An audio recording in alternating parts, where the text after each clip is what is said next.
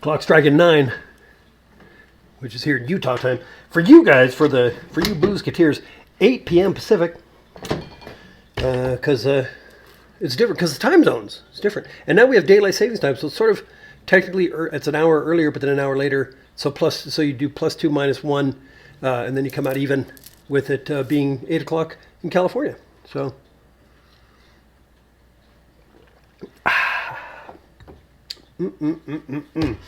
Well, how's everybody doing tonight? We're not quite live yet. I don't think. I don't know what time it is. We're still let's see here.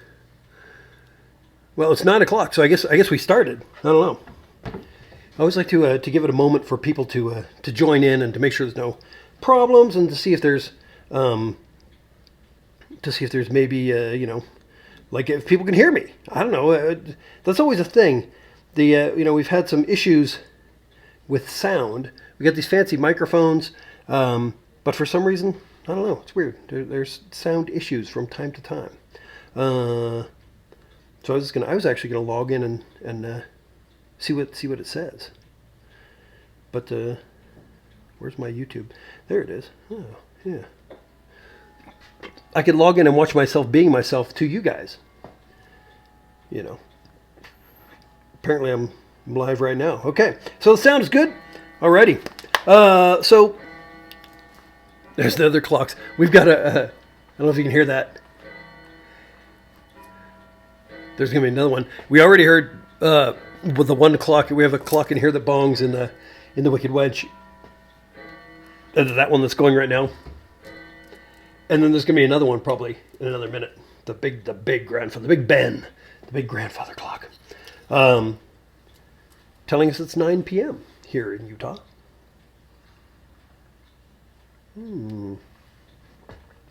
So I'm just finishing up. Oh, this is fantastic. A Gibson that so good, so good. So earlier today, if you are a fan of the Facebook or the Instagram, you would see that I posted. I made some fantastic martinis earlier using this gin right here. I was at the store. I was at the Drinking Man's supermarket, as it were, because I was looking for a specific type of vermouth.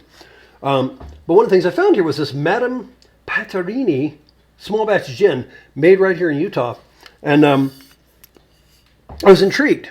A couple of reasons. One, it's like signed right here. It's batch 61, bottle 475, but it's 88 proof. So I figured give it a try. So it's got juniper, bergamot, coriander, cardamom, Nigerian ginger, and Sicilian lemon. So I thought, hey, what the heck? I'll gamble a stamp. See if Charles Atlas can give me a real liver. So I got this and I made some martinis, and they were fantastic.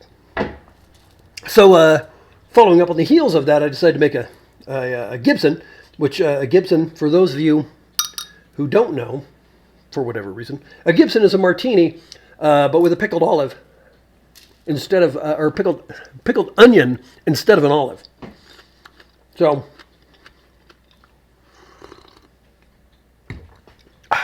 And so good. I'm telling you.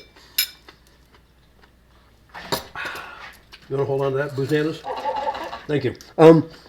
So, one of the reasons I picked up this gin, it's interesting to me, because I was looking at the back.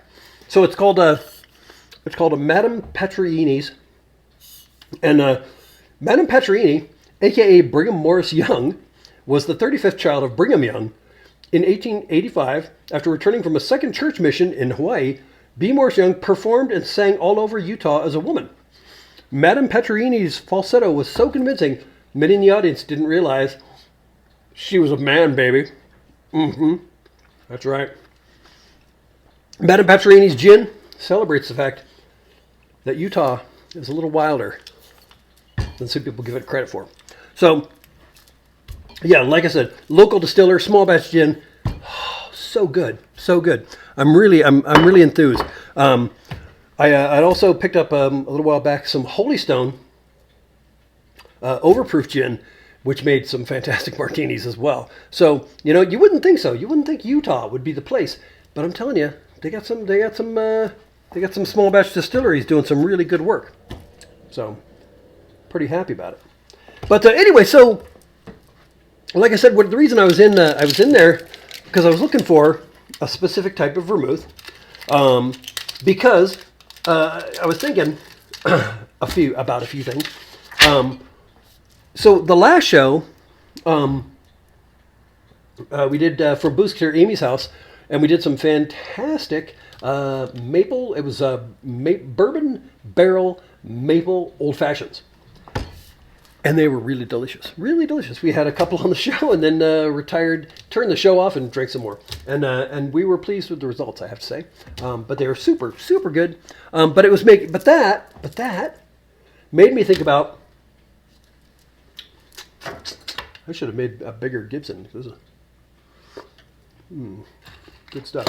But that made me think about how back in January, we were at Boozeketeer Wes's house, and he was making some Manhattans, he was making Manhattans, not old fashioned. He was making Manhattans, and super good, super good.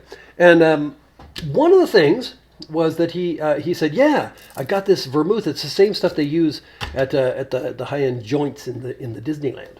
And I thought, ooh, because sweet vermouth is it's a tough one, because there aren't. I mean, I shouldn't say there aren't a lot, but they're just some of them are kind of weird, some are kind of good, some are okay.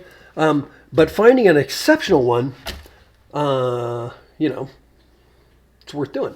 But anyway, so he showed that to me, and I was like, oh, I have to remember that, because I like the Manhattan, I like the the Negroni. I do.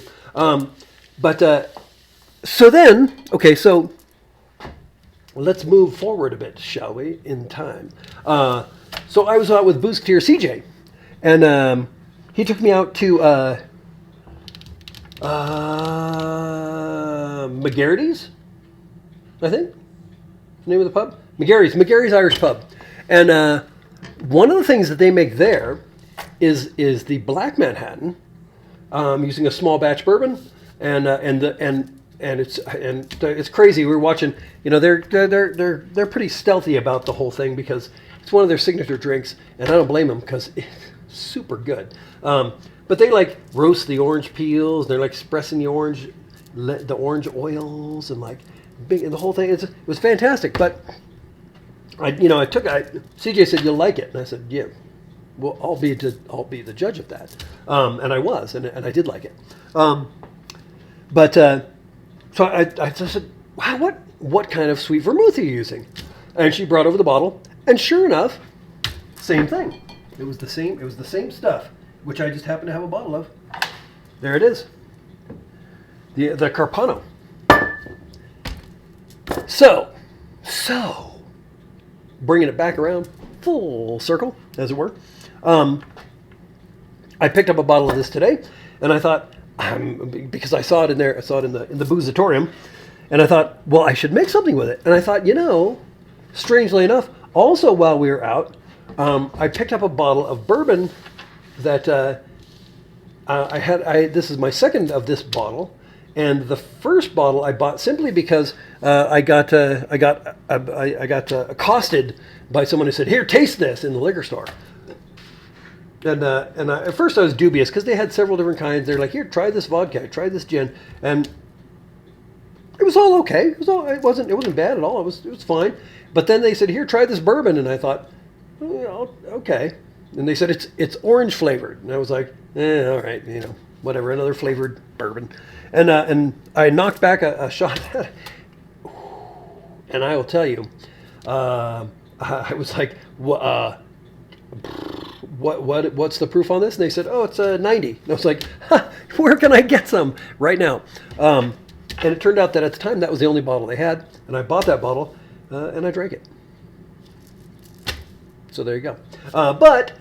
But this past tour, On the way home, we stopped out there at Lee's Discount Liquors out in Mesquite, Nevada.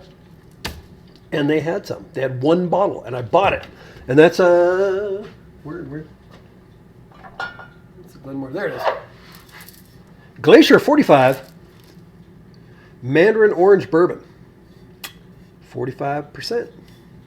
Good stuff, right there it is. So I thought, I got this, so I figured I got this high proof orange bourbon. I got this crazy good sweet vermouth. You know, bitters. I say I make myself a Manhattan. Using, because the orange, see here's the thing, I really like the old fashioned as well.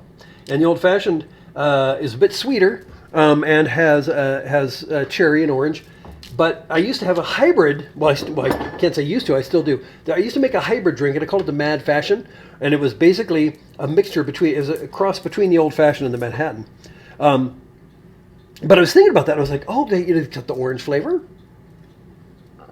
We'll give it a try. So, I'm going to bring that to you right here, right now. We're going to make us an old Manhattan with this bourbon and this vermouth, and we're going to see what happens. We're going to see where it takes us. We're going to need a glass. We're going to need accoutrements. There we go, shaker. We're going to need some ice.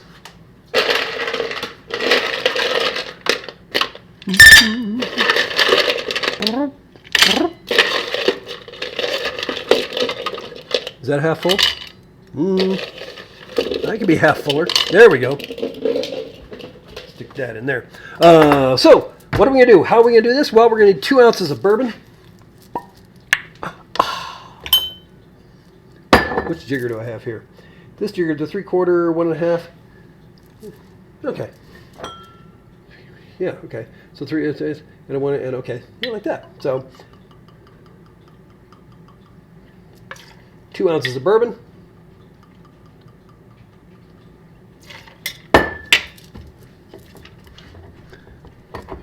Get in there, my son. That's top shelf.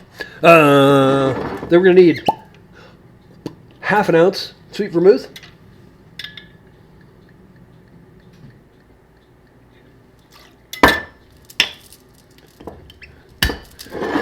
Heavy dash of bitters. And then, you know what? And then I had an idea. So we got some aromatics going on, right? We got some orange, we got some citrus in the bourbon, and I thought, wait a minute. Well, hold on a moment there. Now, some of you who've watched previous shows may know that I make some booze, and one of the things I make is called Krypnikas, which is a Lithuanian beverage. I know I have some. I know it's in here somewhere. I didn't drink it all. Where did you go? Where's the... Oh, there it is. Because it's still in the Everclear jar that I use. Krypnikas is a Lithuanian honey liqueur that's citrus and spices. So I'm gonna add just a tiny little dash there to get some vanilla and cinnamon and spices going on. You know, just for fun. Why not? Who cares? Is that a problem? Do you have a problem with that? Do we? Okay. So we're going to give that a shake.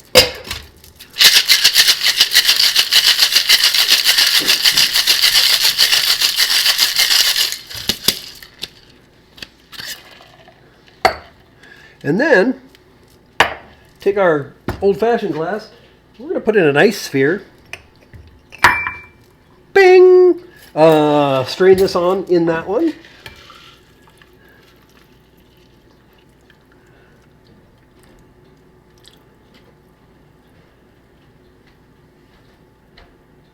Indeed.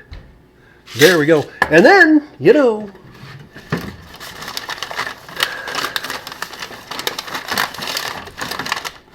nope, not in there. Oh, there it is. We're going to garnish that with a dehydrated orange slice and a cherry.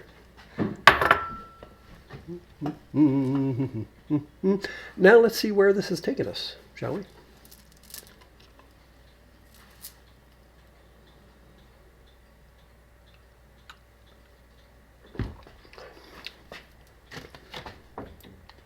well, I have to say, mighty fine. That is a mighty fine beverage.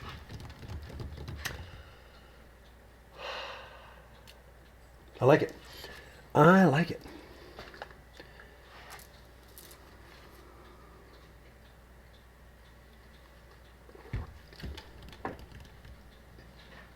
But you know, I'm thinking. So I went with Pashad's. I think that. I think if I did it again, which I'm sure I will, I would probably not go. I would probably go with Angostura, and I would probably go with an Angostura Orange, which is probably. What do I got? Grapefruit. I got all kinds of stuff back here. Yeah, I'd probably gone with the Angostura Orange. The Pashad's has a little bit of an anise flavor, which I'm not sure does quite the justice on the bitters end of things. It's not bad. But it's. But I think that. I think that I would have rather had a heavier orange to ride along to cocktail with the orange on top of the orange, so we can have a tres orange, if you know what I mean.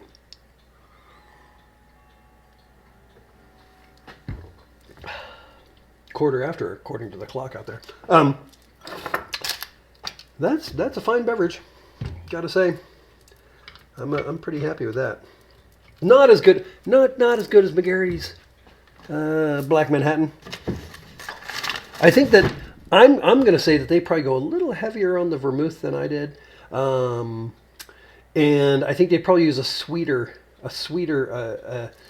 more mapley molassesy. I know they said it was a black small batch bourbon. I don't know exactly what kind they used. Like I said, they kept things kind of under wraps because it was their signature drink, and I can tell you why, because it's fantastic. But this is a good beverage.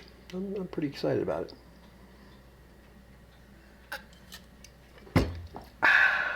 So there we go. That's what's been going on with me. What's been going on with you guys, Boozeketeers? I hope everybody's doing well, and I hope that we're. Did you guys see? Speaking of, so you know, here's my show and whatnot and so forth, and then some. But we just recently launched a Wicked Tinkers Discord server. So you Wicked Tinkers fans who might happen to be Tiki King fans can get on there and chat with each other and exchange secrets and banana bread recipes and whatever it is that you guys do. I don't know. I'm not going to judge your lives. But and you can keep up on the schedule to see where we're going to be. I can tell you the next place we're going to be is Las Vegas. Did that come out of me? I'm sure it did. We're going to be in Las Vegas in a little less than 3 weeks.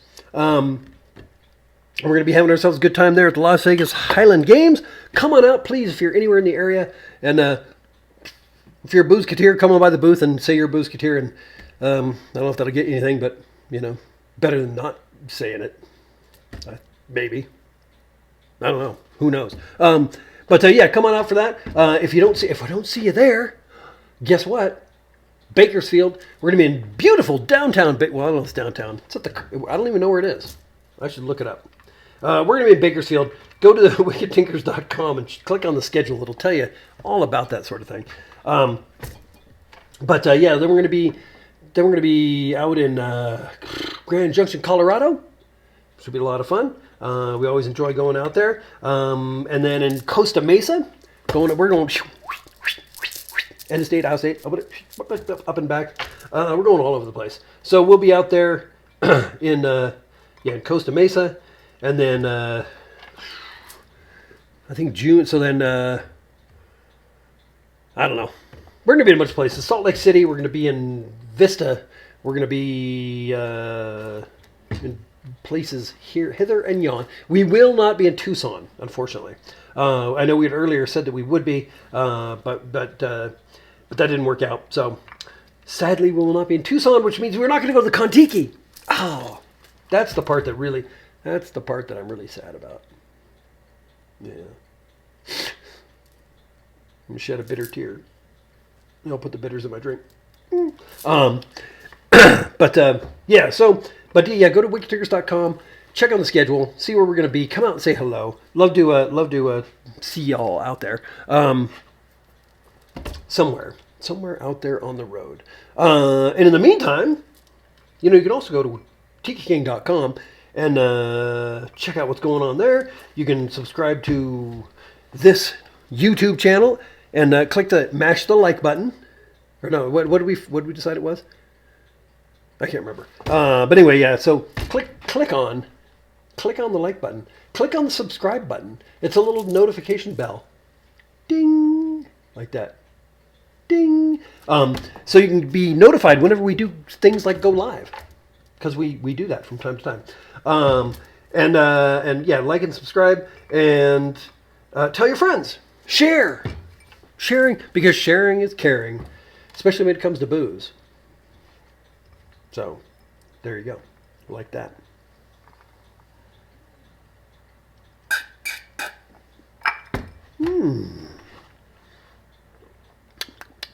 That is fantastic. I gotta say, Glacier 45. That's if you like bourbon, I'll tell you. Glacier 45, Mandarin orange bourbon, 90 proof. What more do I need to tell you about that? Good stuff. Good stuff. And once again, go with the Angostura. Go with the Angostura orange. Like I said, the Bashad's a little too minty anisey for this particular drink. It lends itself quite well to other things, but I think this one could benefit better from a different type of bitters, if you know what I mean. And I think you do. Sorry. I'm sorry. Actually, I'm not that sorry. I'll probably do it again. So there you go, Boozeketeers. That's pretty much all I've got. Except for, you know what? Giant canoes. Go to my website and buy them. It helps keep the bar stocked. Stuff ain't free. I mean, if it was, that would solve problems. But there you go. All right, Boozeketeers. I'm Tiki King. You're the Boozeketeers, and good night. And see, now I'm gonna have to say good drinking, but then I'm gonna have to go over there and you're gonna see all kinds of. It's gonna be weird. So just avert your eyes.